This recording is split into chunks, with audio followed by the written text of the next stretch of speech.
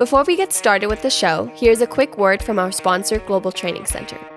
As trade compliance professionals, you want to make sure that your procedures and documentation are completed as correctly as possible to avoid any delays and possible fines. We provide a range of trade compliance courses that will fit your needs. From in-person or web training to recorded on-demand courses, we can train one or even thousands on your team through your learning platform or on our portal. We can even customize a private session for your team. Go to globaltrainingcenter.com to find out more. Hey, folks, we're on for another great show for SimplyTrade podcast. We had about a couple of weeks ago, we had a news segment with Anik where we just reported on something that was kicking in for December 4th for shippers into the EU, more specifically of interest, of course, because we are first and foremost a U.S.-based podcast, but for U.S. forwarders and shippers, et cetera, that are going into the EU, some reporting requirements that they need to be aware of. So I reached out to Emily Cori, who's been on our show before, and not together with her mom, but her mom has also been on our show before, Maureen, and both have been very great guests. And I reached out to her. In fact, actually, reverse. She reached out to me and said, "Hey, y'all maybe want to report on this," and we did for the news with our very limited knowledge and resources. Anik and I barely skimmed through it, and Emily was really nice and said it was pretty good. I know she was being nice, but but anyway, so I invited her and I said, let's make a full episode out of this. And I invited her, and she invited a partner over again from the EU, in this case the UK, and we're gonna dig deeper into this, Andy. So this program is called the ICS2, and so I don't botch it up, I'm just let Emily explain what ICS means, and then we'll bring in the person she invited, Mr. Martin Palmer. So just as a brief or quick reminder, Emily is from the Woodland Group. She's been part of our show before. She's the Woodland Group is a freight forwarder and logistics provider, et cetera. You can look her up from the show notes below, and then we'll introduce Mr. Palmer here in a bit as well. Thank you, Emily. Welcome.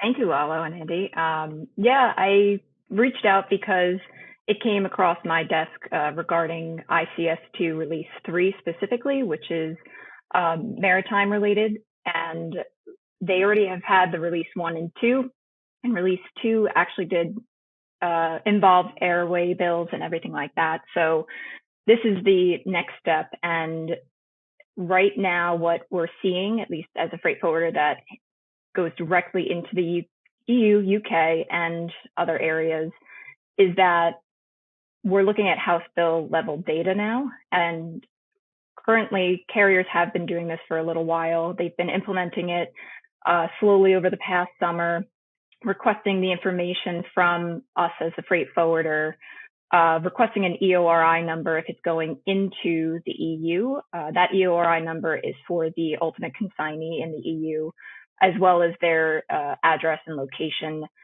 What's interesting about this as well is the actual filing, the ENS filing it's called. This will also be required for shipments that stop at the port, an EU port, but don't necessarily get offloaded at these EU ports. So even if it's going to, let's say, India or somewhere else outside of the EU, you're still required to give this data if it's making a stop in the EU anywhere. So that was interesting from a freight forwarder's perspective, especially because sometimes it's difficult to get the information from your customers.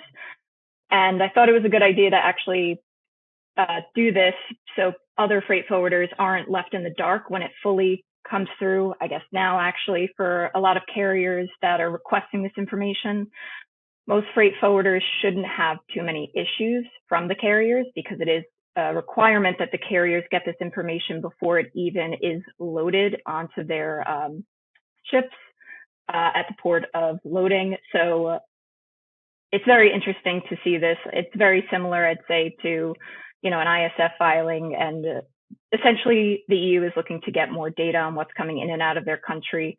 I only understand it from the U.S. freight forwarder perspective. So I asked Martin Palmer to join me. He's an expert on the EU-UK side of it. So he can definitely explain more of the all-encompassing changes of ICS2. From my perspective, there's a lot to discuss and try to help others understand what this release 3 means and what the other releases also mean for a freight forwarder trying to be competitive in the EU market. Yeah. Well, and with that, I mean, there is a lot. I'm looking forward to this discussion because there's a lot there.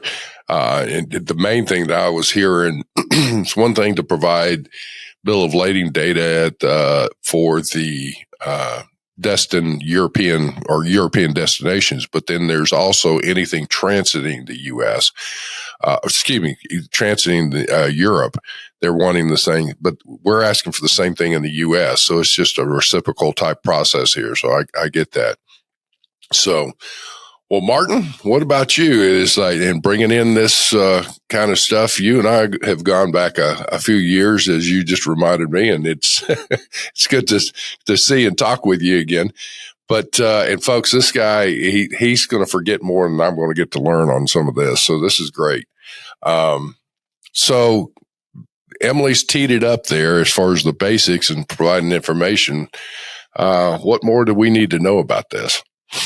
Well, it's almost a work in progress, and Emily refers to it as ICS2 Wave 3, but you can guess by that it's like a blockbuster movie.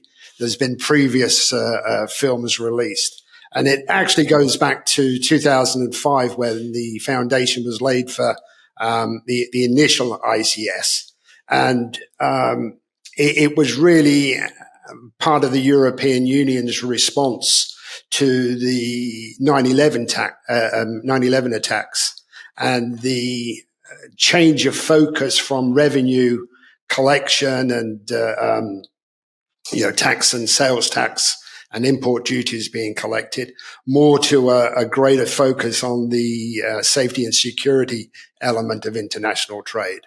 So for the integrators, it was introduced as a pilot around about 2007, 2008, which ran for some time. And then we saw that sort of develop into a more general release to a wider audience round about 2011. So we've seen various stages of release. We've also seen an improved sophistication of the systems that have been used to, number one, capture this data from non-European origins, and as importantly, an improvement in the risk assessment tools that are available. At the moment, we're talking about ICS3. We've already had 2 sections of Wave 3 already this year. This is the second section. And the last section of development, which is aimed at railroad carriers and road carriers, will be introduced during late spring or mid-spring 2025. So you have, as I'm hearing it then, probably air cargo and air express. Then and this section is in more of the ocean side of things. Is that right? Absolutely. So this is the back end of the international supply chain. Not because it's the back end, but it's probably the biggest one to tackle. And I guess the significance behind this and the reason Emily brought it to my attention was because it, like you said, Martin, it's been done in several phases or waves, and recently on December 4th was the biggest one, the most recent one, correct? The most recent one, absolutely. Well, okay. So I guess my question is, let's take through a general scenario here is the expectation. So we're going to be talking right now about the ocean mode of transportation, but I know that I've always said this, Martin, is that if you in the window of time in your preparing your shipments and all that, if you can meet the time window or time, the information requirements, man, I'm going to tell you what, I'm just like, dude, that sounds like Porky Pig here. I'm babbling. In the window of time for the air express mode of transportation, if you can meet all of the information requirements, you apply that same process to other modes, you shouldn't have a problem in meeting these requirements, because you can imagine air express is going to be a very tight window, and secondarily that air cargo in supplying the information. So then, when you're ready to tender a shipment to ocean or rail or your truck, and when it comes, you should be right on top of it. So in looking at it again is preparing the information so that all of the required information, this is my approach, I guess is what I'm saying, all the information is on the paperwork before the origin courier, cartage agent, whomever that is, when they go to pick up that shipment off of the dock, it's got everything that's already there on that paperwork. If that's the case, and I'm talking any special declarations, harmonized tariff numbers, the entities to the transaction, the values, the weight, all that's on there.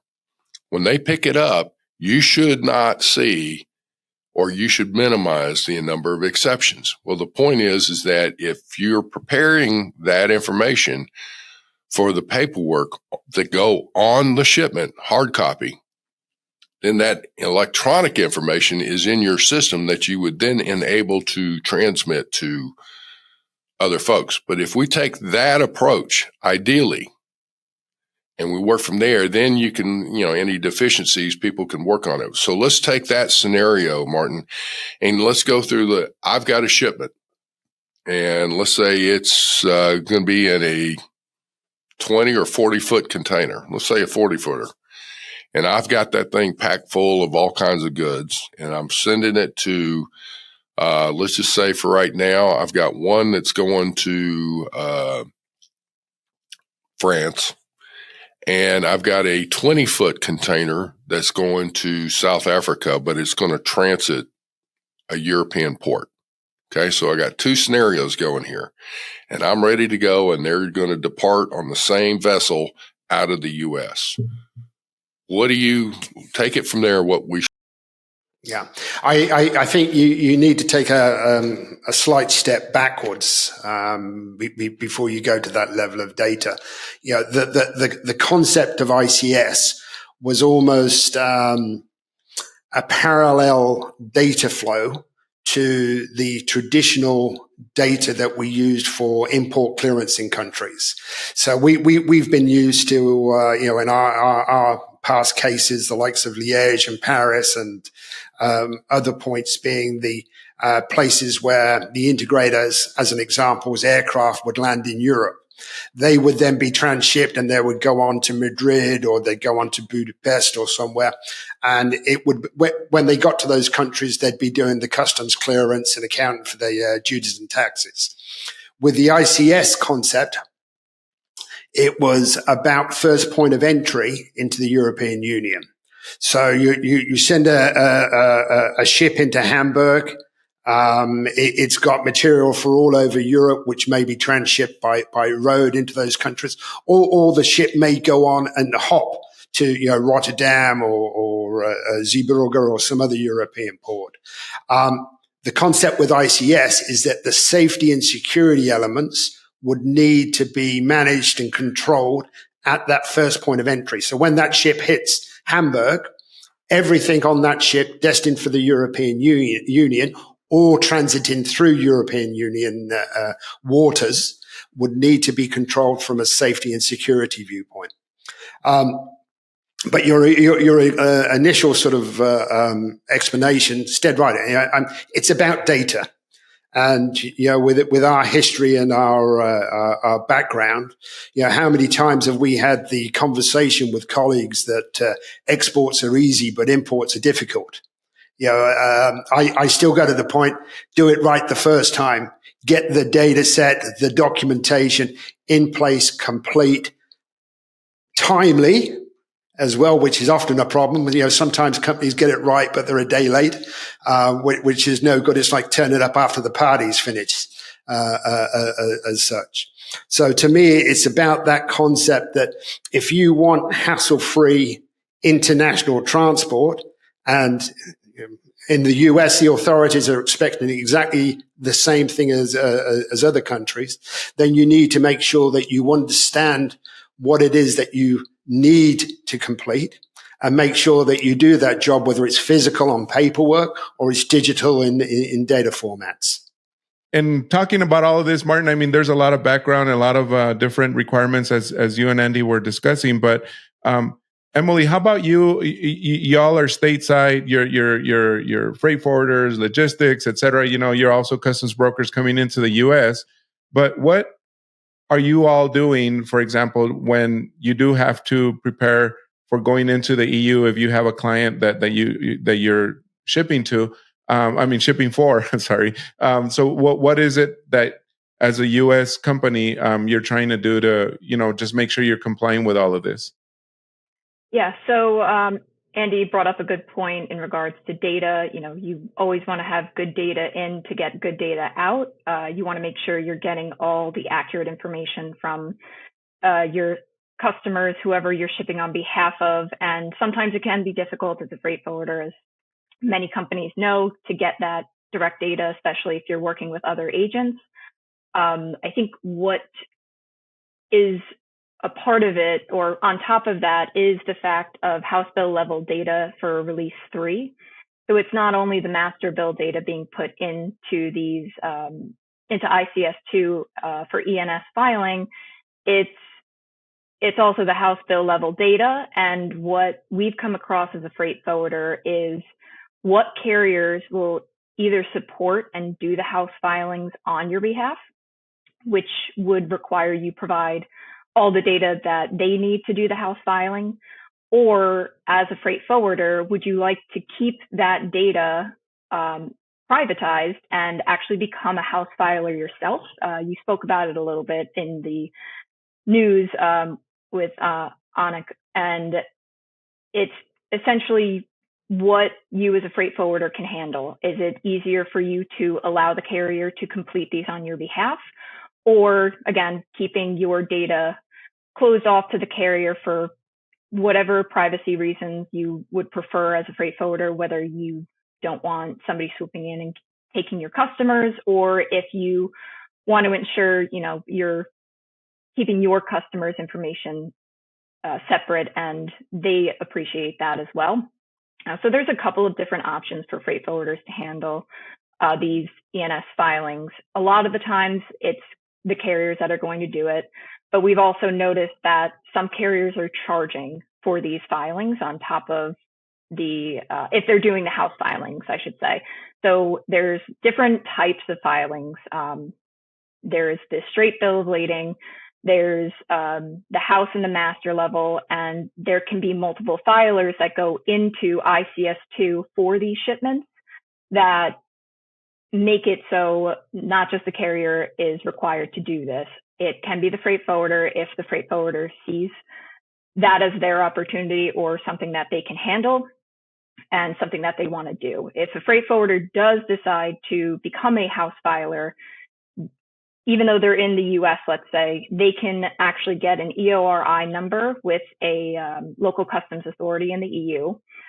Once that's done, they also would then apply for what's called the deployment window.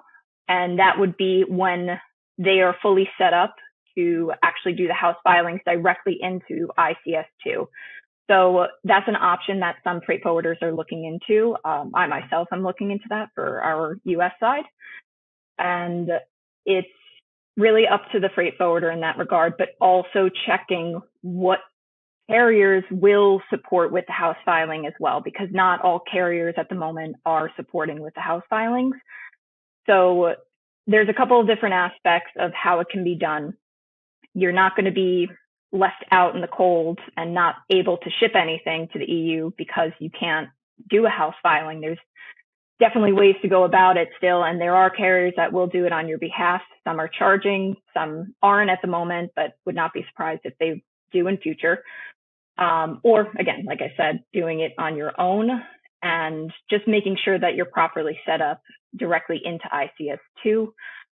If you're doing it on your own, that data is then stored in ICS2 and captured in the system. So what would happen is if you do the house filing, you let the carrier know you've completed it with your EORI number, and it can actually connect directly back to the carrier. You don't have to actually provide them with the house bill information that way. It actually would be connected to that shipment once they do the master bill level. Martin, also correct me if I am wrong, but that was how I was informed of how it's done and what I've seen so far of what the integration process would be if a U.S. freight forwarder, or not even just U.S., any freight forwarder that is trying to ship through the EU, or just if they have to stop in the EU from the carrier.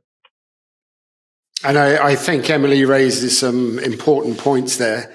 That is probably the biggest change with this release that we're seeing now, the ability for house filers, either directly or indirectly, to take control of their own, I was going to say destiny, but it's privacy more than destiny in many ways.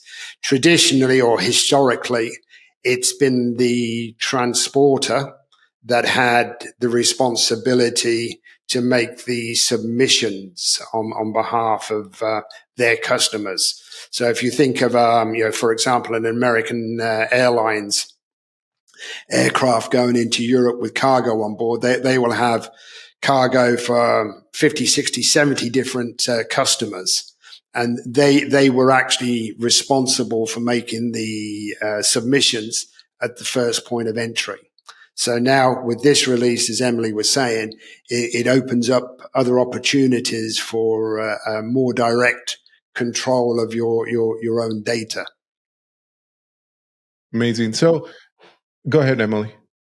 I was just going to say, I think the overall theme of this is how much data you want to provide, what do you want to keep private, and as Martin mentioned, this ICS2 was in relation to every other global security filing that's out there right now. So it's a matter of your own data security and how much you want to provide and can provide in regards to how you're set up as a company as well.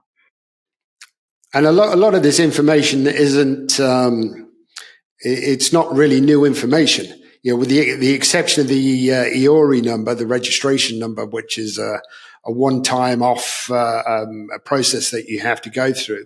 We're talking about pretty standard stuff. Clear and precise descriptions of commodities in the shipments. We're talking about the customs HS6 code, the harmonized system code. Valuations. Good quality name and address information. That type of information. So we're not talking about information that you have to set up a whole new department to obtain.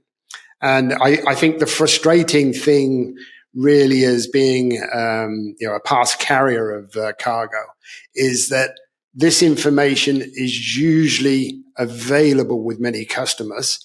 It's just that it's in a different box in the supply chain process, and it's opening that extra box and just plugging it all together to make it work. So it appears to be quite daunting on one side, but the reality is it's really the data we're all already using. Yeah, and that's what I was going to say. I was about to comment on about that, and I'm glad you said that because me and my IT background, I came from a background where I developed software solutions for international trade. I mean, we did cross-border invoicing and everything, just software, just call it GTM software. To me, it just sounds, everything's there anyway. It's just a matter of putting it together in the either format or requirement that they need and then just providing that. So that is the good news. The other thing I was going to say and ask Martin before we started recording, I really found that really interesting. The way you explained about ICS being around and like the history behind it. This is not just something that the EU came up on a whim last year and said, let's do this, just to just to drive people crazy on like yet another requirement or whatever. It's not something new. It's not, technically it's not something new, I guess I should say, but you were explaining a little bit about the background and history of that. Can you explain a little bit more about that just to get a little more perspective as to how this came along? Yeah, of course. I mean, it really, I think I mentioned earlier on in the discussion, it really came about as the EU's response to 9/11 attacks.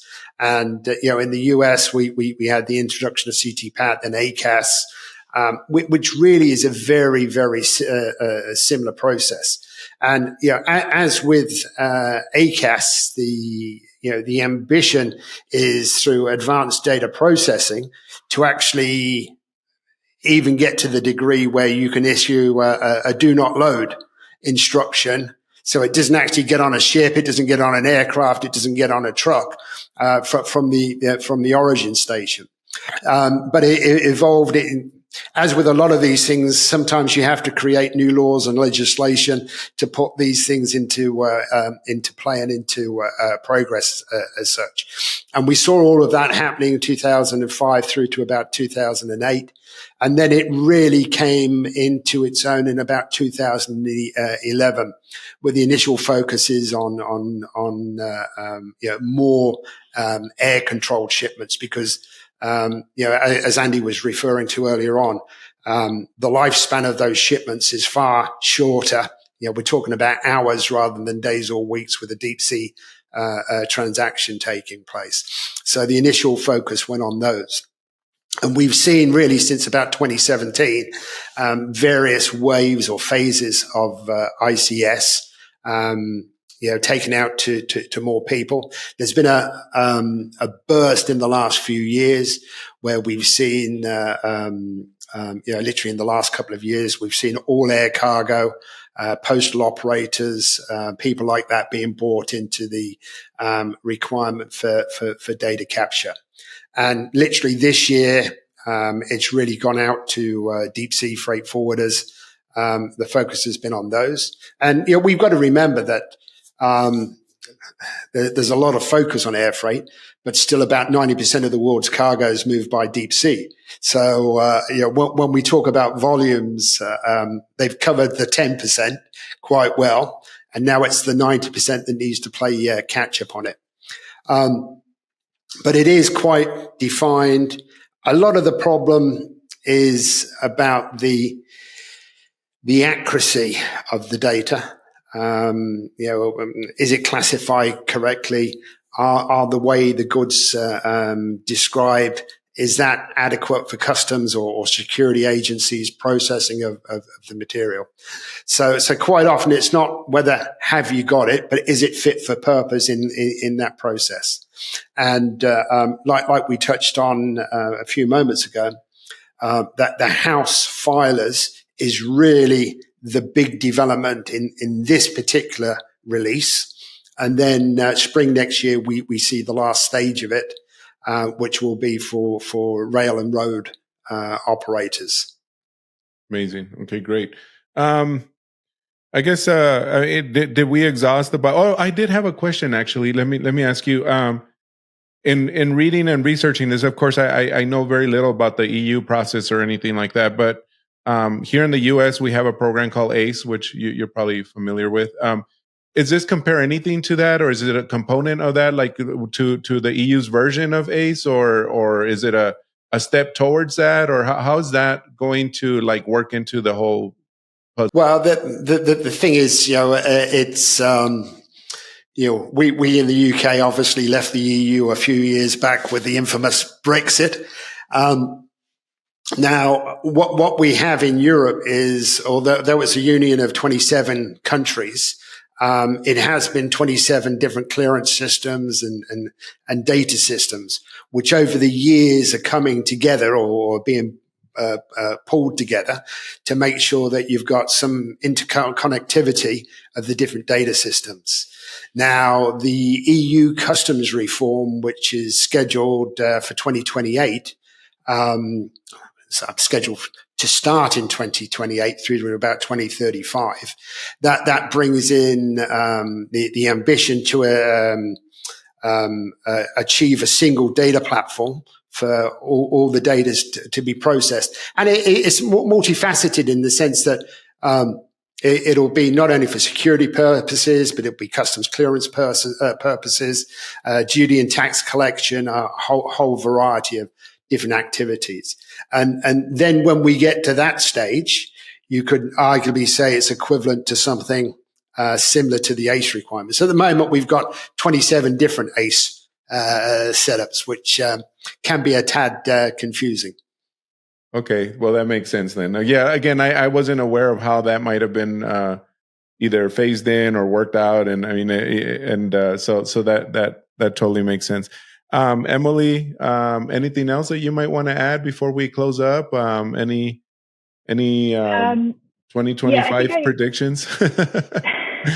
Well, just before a 2025 prediction, just talking about data again and the accuracy, like Martin had mentioned with HS codes, addresses, and so forth, this release also will have potential holds if the information isn't good, similar to a customs hold, where they're actually going to request more information. So what's called an RFI, they're calling it. And there are potential changes that will say to the carrier, do not load. And that can cause a lot of issues for anybody who doesn't have the right data being put into the system, whether you're having the carrier do it on your behalf or not.